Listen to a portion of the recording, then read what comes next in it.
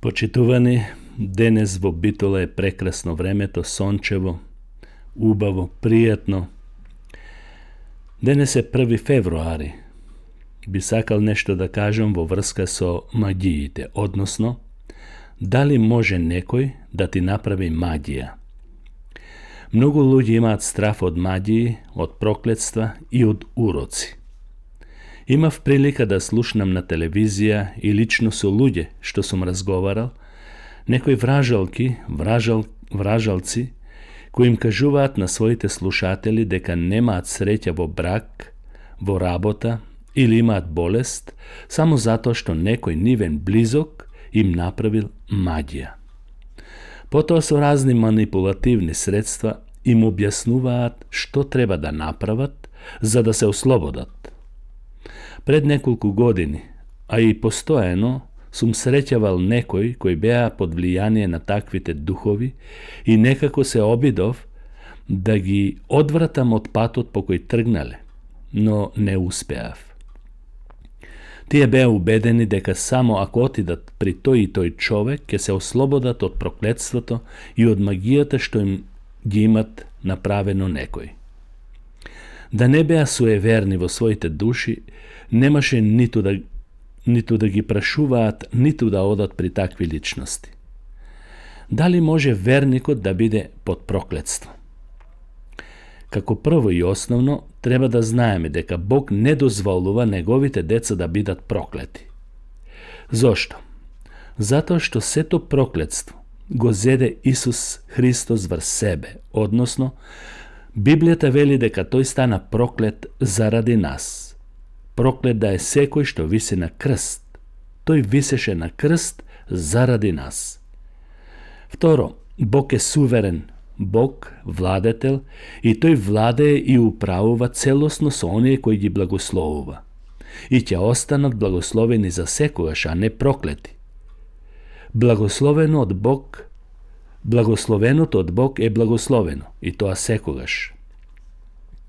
Како трето, христијанинот или верникот кој е наново роден преку Светиот Дух и станува нов човек, ново создание во Христос, како што Павле вели, кој е во Христос, тој е ново создание, старото помина, ете се стана ново, тоа е запишено во 2 Коринтјаните 5:17, таквите нови созданија имаат нова природа и живееме во согласно со Божите правила и норми.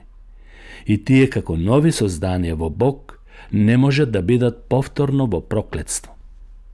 Со помош и водство на Светиот Дух имаме способност да се спротивставиме на стравот, бидејќи Светиот Дух живее во верникот и го заштитува. Тоа апостол Павле го опишува во Римјаните 8 глава 11 стих, каде што вели вака: преку својот дух кој живее во вас. Павле сака да каже, тој живее во вас, ве заштитува, ве води кон секаква победа. Затоа, во никој случај не треба да се грижиме дали некој не проколнува или фрла уроци врз нас. Преку силата на Христовата крв ние сме целосно заштитени и ослободени од сите проклетства. Ниту една вражја сила, уроци, вражалства, магии или што и да е друго немаат власт над верникот, бидејќи тој е ослободен преку Христовиот Дух. За ова нешто апостол Јован ќе рече: оној кој е во вас е поголем од оној кој е во светот. Тоа е запишено во 1 Јованово писмо, 4 глава, 4 стих. Господ се јави од небото, дојде на овој свет, во личноста на Исус Христос, за да ги урне делата на сатаната. Тој е поразен за секогаш. И затоа псалмистот вели: Господ е светлина моја и моје спасение, од кого да се плашам. Господ е тврдина на мојот живот, пред кого да треперам. Тоа е запишено во Псалм 27, првиот стих. Да забележиме што вели апостол Јован.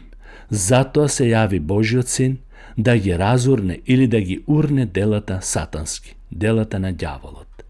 Ако веруваш во Исус Христос, дека тој е Бог кој слезе од небото и стана човек, ако веруваш дека тој умре за тебе на крстот, magiji, prokletstva niko ne može da ti dade. Veruvaj vo Gospod Isus Hristos, pokaj se od tvojite grevovi i Bog će te blagoslovi. I kako takov blagosloven, će ostaneš večno.